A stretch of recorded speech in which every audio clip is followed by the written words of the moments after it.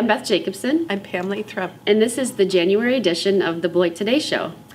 I can't believe we're into New Year. Happy New Year, everyone. Yes, Happy New Year. And anyone who's been in Wisconsin for the last week would know that, or I guess in January, would know that the weather has really taken a turn. So we decided to come to the library, to the quiet room, and sit by the fireplace. It's cozy. I don't know if we're going to go back to work today. I don't know, but if you haven't been to the quiet room, I would think you could bring a quiet activity like knitting or your book. They have newspapers here. They have magazines. It's really a nice room. That's right. So today we were here because I'm going to interview Nick Damasis, the fairly new library director, and we're going to stay inside. And then I'm also going to interview Andrew Yankee about some economic development projects that have been going on in the city of Beloit. Which is really exciting. Mm-hmm. And I'm going to interview Sonia Baden. She's going to tell us about Winterfest activities. And I think we're going to talk about park shelter rentals, because 'tis the season, you should get those in, think ahead to picnics. And I think Sonia made a special appearance on our last show, right? Yeah, she did. So we always like interviewing Sonia. You never know what you're going to get. That's right. But you always know that you're going to get quality. That's right. So stay tuned to our show. Hi, I'm Beth Jacobson, and I'm here with Andrew Yankee. He is one of my coworkers up on the 4th floor, and Andrew has 2 job titles. We've interviewed him before, but they're a mouthful. So he's the Director of Economic Development at the city, and then he's the Executive Director of what we call GBEDC. Correct. And that's also the Greater Beloit Economic Development Corporation. So Andrew's had a really great, I would say, 6 months of a lot of wins is what we call them. There's just a lot of great things happening in Beloit. But one of the things we want to talk about today is the biggest thing that just came in. This was Pratt Industries. So Yeah. Pratt just announced, well, you tell me what they just Absolutely. announced. Pratt Industries is a company. They do corrugated boxes, and they announced just in December that they're going to be doing a major new project here in the city of Beloit. They're going to be building a 350,000 square foot production facility in Beloit. They're going to be investing over $50 million in this project, and they're going to be creating 140 new jobs. So it's really kind of a big deal for us. That is amazing, 150 jobs. Now this is going to be out on Gateway. That is correct. So this is part of, right now it's a little quiet other than Carry Ingredients, and there's CCIs out there, but this will be another thing that's coming out there. Now, we hear about incentives, but what does that mean when they say, we hear that they get $1 million incentives? What does that really mean? Well, the whole site selection process is a very competitive process. So this company, like many companies, they did a site selection search. They went through a process to find the location where they chose to locate. So they looked at other communities other than Beloit. And one of the things that we had to do is separate ourselves from the other community. Sure. And one of the ways we did that is by providing a series of incentives. At the end of the day, they chose our community, and they're going to locate, make their investment, create the jobs here. So when they do that, they create jobs, and then they get perhaps a tax break, or depending on how many employees they get, it just kind of depends on what the incentive is. It does. I mean, typically what we do for a project like this, and as we did in this case, is we offered the site for $1. All of the competing sites offered the same thing. Sure. We did provide what we call a direct developer incentive, where we provided a rebate of a portion of their property taxes. That's over the course of 8 years. But it is performance driven. If they don't create those jobs, maintain those jobs, they don't get that incentive. And this is common in the state of Wisconsin, the state of Illinois. I mean, all these people do that, especially on the border. We have to kind of know what Illinois is doing too, because that's sometimes becomes part of the issue, is if they want to be in Wisconsin or Illinois. But that's great. The jobs are great. I know that City Council is just thrilled. And then tell us about another big project you've had. The other project that we announced in December is a company called Chicago Fittings. They're also going to be locating in Gateway, a bit smaller project, about 4 acres. They're building a 30,000 square foot building, creating 12 new jobs. Investment about just under $3 million. Again, a nice little project. They're going to be starting construction this coming spring, along with the first project I talked about. So you're going to see a lot of construction activity taking place. I like how you say a little $3 million project compared to Pratt. Right. Now, Andrew, a lot of times when we talk, you speak about these big projects with 100 plus employees, but you also do stuff with small businesses. Absolutely. So tell us about maybe a small business that you've helped recently. Sure. And again, we are thrilled to work with these large companies, but we're also thrilled to work with small entrepreneurs. And again, a project that we recently finished was a company called Juicy Veggie, which is a single woman entrepreneur. She's starting a juicing business, and we help finance that particular project. And I know she's really excited about that. I've read that this is more, I know that we just had another business come downtown, but this is more like healthy juice. It's juicing actual fruits and vegetables and having these healthy drinks. So you have to, I mean, with no byproducts, I mean, it sounds like it's pretty amazing, and it'll be a great addition to the city of Beloit. It will be. She's got a brilliant business model, kind of geared around wholesale and mail order, and I think she's going to be very successful. Well, we wish her the best of luck. And then in addition to that, today we're at the Vision Center downtown. And as we drove here today, I see that the Phoenix building is filling up. So do you have any news on that? Well, most of the units, the residential units on the upper floors are filled. And again, the developers there recently announced that there's a new burger bar. Our gourmet burger bar is going to be opening here in the next several months. Nice. And we expect there will be another announcement for another restaurant in the next several weeks. So that whole commercial space on the ground floor will be totally filled. So we're hoping by spring that the Phoenix building is going to be completely full. And in meeting with Shauna at the DBA, it sounds like downtown is just booming. It seems like every time there's a vacancy that there's someone else that wants to come in. So we're pretty excited about that. Now, if anyone wanted to, if someone was considering opening a business or expanding, what would they do? They would just call you? They can call me, they can email me, we can arrange a meeting. I'm very open and available to meet with folks. And if you want a copy, this is your annual report? This is our annual report, which was published recently by the Greater Beloit Economic Development Corporation. If folks are interested in seeing a copy of that, again, we can provide that. And this just explains in more detail all of the wonderful things. I also have just a copy of a director's report that Andrew did at his last quarterly meeting. And I mean, this is just 5 pages of literally all the meetings he goes to, all the businesses that are coming to Beloit. So when people say that the economy's bad, I mean, we're doing some really great things. So Andrew, congratulations. You're doing great in the city of Beloit. And thanks for being on our show. My pleasure. Thank you. Hi, I'm here at the Beloit Public Library with Nick DeMassis. He's the new library director. So Nick, tell us when you started. I started mid-November. And so we're coming up on 8 wonderful weeks of being here at the Beloit Public Library. Well, for a long time we were interviewing Jenny and Jennifer, so we had a long search. We're happy to have you here. We love the Beloit Public Library. If you can see, we're in the quiet room here, and it's gorgeous and amazing, especially on this cold January weather. But you're familiar with the area, but what are your first impressions of Beloit, and what do you think about the move here and things like that? Sure. You know, you mentioned Jennifer and Jenny, and I did want to comment on that too then. One of the things coming here, interested in the position of the director, is I met with Jennifer and Jenny and prior to the process and got a tour. And from them, and I was just I was incredibly taken by their commitment and their passion and the things that they've done for the library and their leadership during the interim. So that to me was that was a first impression in terms of the library, and I was won over there.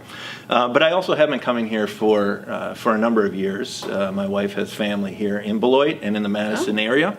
And so we've been coming and visiting, but I got to tell you is that when you think about moving to a city, you start to look at it through different eyes, a different perspective.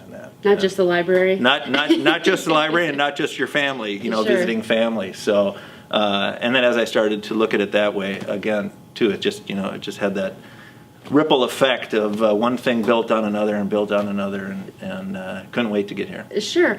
So you said you're married. So tell us a little bit more. I'm sure as a library director, you get a lot of questions about other things, about books and ebooks and your opinion. But tell us a little bit. What's your favorite author? Your favorite book? What do you like to read? Sure. The ebooks and the print and that whole debate. And, in the end, it's kind of a silly debate. It's one that we're going to have print, we'll have ebooks, and we're going to have both. And we could go into a long discussion on that. What'll change is the ratio, probably of who, the demand for one or the other. But at bottom, what it is, it's always going to be what the taxpayer library, what the users of the library prefer, and that's what we'll be providing. So I think all those different things in there. And then as far as a favorite book, and that one book that I always return to and dip into is Democracy in America by Alexis de Tocqueville. And it came out in 2 volumes in the 1830s and 40s. But it's still the best book on democracy, and it's still the best book on America. And it's one of those with the beautiful paragraph-long chapter headings. Sure. And you can always dip into it. And what's amazing about it is any of the debates we have going on today, anything you see going on in a community, it's talked about in there. And you can see that over time, nothing really is new in those terms. And it's just a great exploration of America at that time. And then even today. So it translates. It definitely translates. And one of my favorite parts in there is about associations. And you look at that, the Rotary Club, the Lions, the Kiwanis, and the Friends of the Library Foundation. Sure. And it's essentially just talking about how in America, when there's an issue, when there's a problem, when there's anything that wants to get accomplished, they come together, a community comes together and solve these issues and get together. So you can see I like that. Yeah, he I like seems that. like a great leader. I like that book. So. I was a poli-sci major, so I've got lots of that. Okay, so you got your Tocqueville. So that's great. Now, would you have any big plans? I mean, I know the library has been here we just celebrated the 5-year anniversary at this location. What are your plans for the library? I would assume just bigger, better. What's the plan? Yeah. Not necessarily bigger. It can be tempting to do that. It's a beautiful library. It's laid out really nicely. There is room to grow within the library. What we're really looking at is how can we work with what we have and do it even more efficiently and more effectively. And that's the key, is the customer service, really providing the service to the public. So we're working on putting together a 1-year strategic plan. As you asked when I started, so it's recent, so let's just go forward with a 1-year strategic plan. The board is looking to approve that, but I'll just say literacy, jobs and careers, and quality of life. And those are the 3 sort of the windows, the 3 focus areas that we're going to be pushing everything through. And we think that is what the community at large is looking for, whether it's economic development, whether it's education, et cetera. And the library has an absolutely critical role in that. Sure, and I know that the library has a lot of programming. I see a lot of, even Biff is now having movies here. I mean, it sounds like you guys have really branched out a lot in the last year, and so that's great. I think the more people you can get in the door, the better, right? Absolutely. And I just say too, would you say what's been happening over time? I can talk about what's going forward, but what's happened over time too is just amazing, because as I said about Jenny and Jennifer, the co-interim, but the staff together has just moved the library forward over these last few years in the new building and everything. Yeah, well, Pam and I love coming here to film this show. It's always it's wonderful. We're here in the quiet room, and you can see the setting. I mean, this is what people write about. Sit next to a fireplace reading. This is not my office. Yeah. So, I mean, we're so happy to have you here, and we wish you the best of luck, and welcome to the management team. And is there anything else? If people have questions, they can just stop in. Is there anything you want to tell them about getting a library card, or any last things you want to tell the public? Well, I think just the most important thing is feel free to contact me at any time, because we are here to serve the public. We're here to serve those that pay for this resource, this institution. And so let us know how we're doing, and let us know how we can do things better. Great. Well, thank you, Nick. Thanks for being on our show. Thank you. Thanks, Beth. I'm here today with Sonia Baden, up close and personal. Usually she's photobombing us. So this time we decided to give her own segment of the show. What are we going to talk about today on this snowy, cold winter day? Well, thanks for putting me in the limelight, Pam. I really appreciate that. I usually like to bother Spencer while he's doing this, but we'll give him a break today. A couple things I did want to talk about is we've got some really nice snowshoes that our department has purchased. So these are going to now be available to rent through this office, the Park and Leisure Services office on the corner of Pleasant and White, if you will. But these are some really nice shoes, so I just wanted to set them up to show people that this is what they look like. Snowshoeing is a great sport. kind of get your body moving in more than one way. Your body's working to stay warm, and it's also a good form of exercise because the two things are working together. So And you come have and check them out. several different sizes of snowshoes, right? We do, yep. All the way from under 90 pounds to over 200 pounds. So pretty much any body type. We can, Great. kids, adults, you name it. So it's a family experience. It sure can be, yeah. We have Absolutely. about 12 pairs of shoes, so you can rent them for a day, you can rent them for the weekend. We've got different rates. Because they're such a pricey item, we do require a separate deposit. So you'd have to bring in a check for $50 to hold the shoes for you, and then once you return the shoes, we give you back your deposits. Okay. But very affordable. $10 is the fee for a daily rate, and for over the weekend, it's $15. It's a little cheaper for kids even too.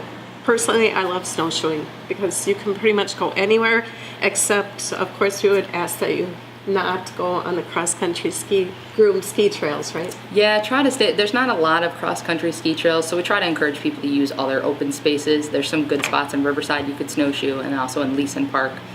But try to stay off of the cross-country trails just as a courtesy to them. Absolutely. And really, with snowshoes, you don't need a trail. You can cut your Anywhere, own trail. yeah, open spaces. Absolutely. You bet. So, snowshoeing kind of leads into other winter activities, and we have That's correct. Winterfest coming up at the end of this month. Yes, the end of January, the 23rd through the 25th, we've got all kinds of great family weekend activities lined up. And rec people of all can definitely relate to the cooped up feeling of winter. We're itching to get out too. We all have spring fever, especially come the new year. It's like, okay, are we done with winter yet? So we're getting there. But over the 23rd, 4th, and 5th weekend, we've got some really good family stuff lined up. If you haven't seen our flyer, they should be going out in the schools anytime. But yeah, all kinds of different things. Friday starts off with bingo, and also we have a DJ at our rink that night, at our ice rink out at Edwards. Saturday has an event at the library. We've got a 4-on-4 volleyball tournament. All kinds of different things with the Welty Center throughout the weekend. And then Sunday is my personal favorite event. We have horse-drawn sleigh rides out at Big Hill Park, and that's really a cool thing if you've never experienced that. Do you have a little campfire going too? No. Oh, We'll work on bonfire. that for We need future a years. bonfire. Yeah, Okay. we'll see about it. All right. Mix the bonfire. Yeah, not yet. But that is a very exciting weekend. All And kinds then, of stuff. Of course, you also have sledding at Hospital Hill all the time. Yep. That is just sort of weather permitting and snow permitting. Once the hill is covered fully enough with snow, the golf course will open up that fence on Olympian to allow kids to slide down Hospital Hill. Which is fun, but not supervised. Right? Not supervised, no. So, supervise your children, bring some hot chocolate, just kind of hang out and watch the kids and help them pull their sleds back up the hill. Just a public open That's sled the hill. hardest part. And let's give a little push to pickleball. Yeah, Thursday nights, starting right now in January, we've got open play pickleball, and we're doing an unlimited play pass. So $20 gets you all the Thursdays through March. So for 3 months, 4:30 to 6:30, we're going to have open play pickleball. Again, that's another one of those sports, if you've never done it, very good exercise. Any ability can do it. Come on out and try it. We play at Converse. I tried it when we had the special little learning session back in July, I think it was. Yeah. It was a little bit warmer, but it's really quite easy, I think. Yep.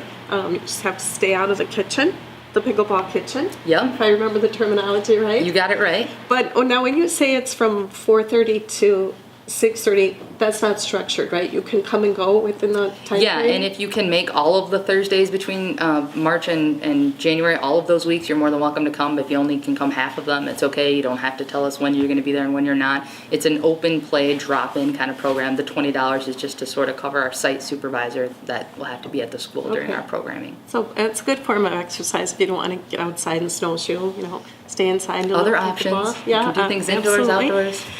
And let's look ahead a little bit into some nicer weather. You do have starting the reservations for the park shelters. Yeah, and this is something we constantly like to remind people of.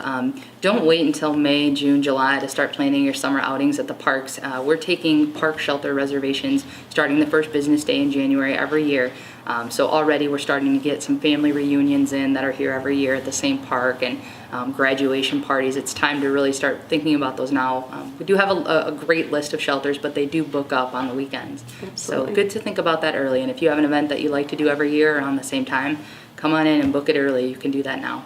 Okay, so who should people call for all of these reservations and questions and? Sure. If you come into our office, probably standing right here, you'll come to Trixie Hickok, and she's our office coordinator. She takes care of all of our reservations for us. If she's ever not here, Spencer and I are also here every day too. But And Trixie does most of that. Let me say, you're all very approachable. Don't We be are. intimidated. No, we are. Right. And who should they call? The best number to call is our office, 608-364-2890. Trixie is extension 1. Okay. So if you have questions, if you want to get out and enjoy the winter activities, they have maps of the cross-country ski trails and the nature trails. You have snowshoes to rent. You have pickleball. That's right. Plans. And, of course, get your schedule for Winterfest. So don't sit around this winter. There's Come a and see lot us. to do. We'll tell you what to do. Thank you, Sonia. Thanks, Pam. Hi, I'm Linda from Visit Beloit. Happy New Year! We are getting a whole bunch of snow today, and it's perfect for the Winterfest activities that will be taking place January 23rd through the 25th. Many of the activities are free, so be sure to get out and enjoy them. On Friday, January 23rd, there will be free family bingo at Grinnell Hall from 9 a.m. to 11 a.m. There will be a public ice skate at Edwards Ice Arena that evening from 7 to 9 p.m. If you bring a non-perishable food item, you can have free ice skate rental, but be sure to bring money for admission. On Saturday, January 24th, you can explore the Confluence area. The Confluence area is where the Rock River meets Turtle Creek. That area is right down on Dickup Street in South Beloit, and the Welty Environmental Center will take you on a nature hike, and they'll tell you all about that area on Saturday at 1 p.m. On Saturday, there will be a public skate at the Edwards Ice Arena from 2 to 4 p.m. In the morning, from 10 a.m. to noon, at Beloit Public Library, there will be free snowcraft, snacks, and activities. And there will also be a co-ed 4-on-4 volleyball tournament sponsored by Parks and Leisure, and you have to make sure that you register your team by January 21st if you want to get into that tournament. On Sunday, January 25th, there will be the most popular event for Winterfest will take place at Big Hill Park. There will be free horse-drawn sleigh rides, and if we do not have snow, it will be horse-drawn wagon rides. Welty Environmental Center will also have their Birds of Prey display and tracking activities available. Those events will take place from 11 a.m. to 1:30 p.m. Edward Ice Arena will also have a public skate on Sunday afternoon from 2 to 4 p.m. and you can learn how to snowshoe at Kruger Haskell Golf Course from noon to 2 on Sunday.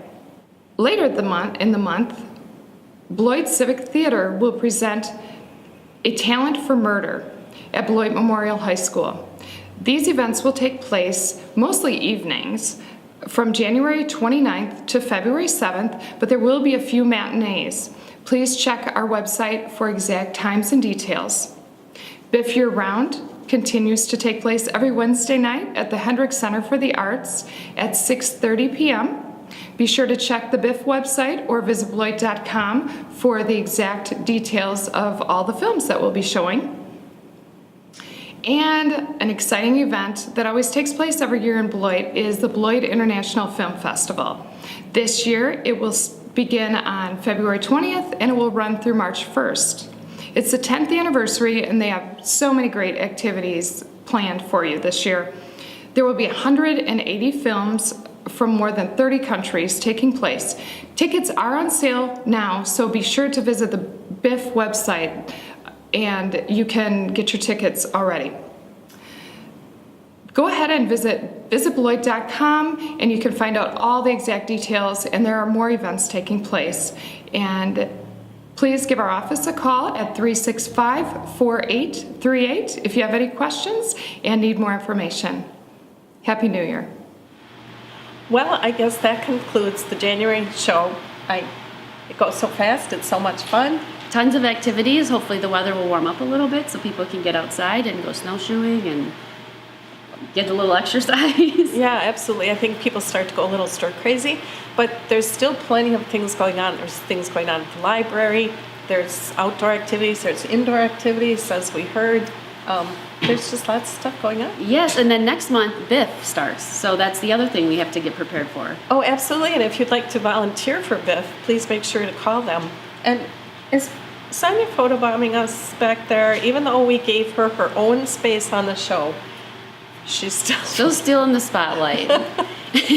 Well, and please remember that you can always come here to the spotlight and meet Sonia here at the Pump House on the corner of White and Pleasant. And you can certainly come in here, rent things, sign up for anything you want to do this summer. Start planning summer. It'll come sometime. Absolutely. And they have maps of the cross-country ski trails, and they have maps of, well, bike trails, so that's looking ahead a little bit. But please do feel free to stop by. It's very approachable here, and there's lots going on in Beloit. So. Yes, so stay tuned for our February show. Thank you.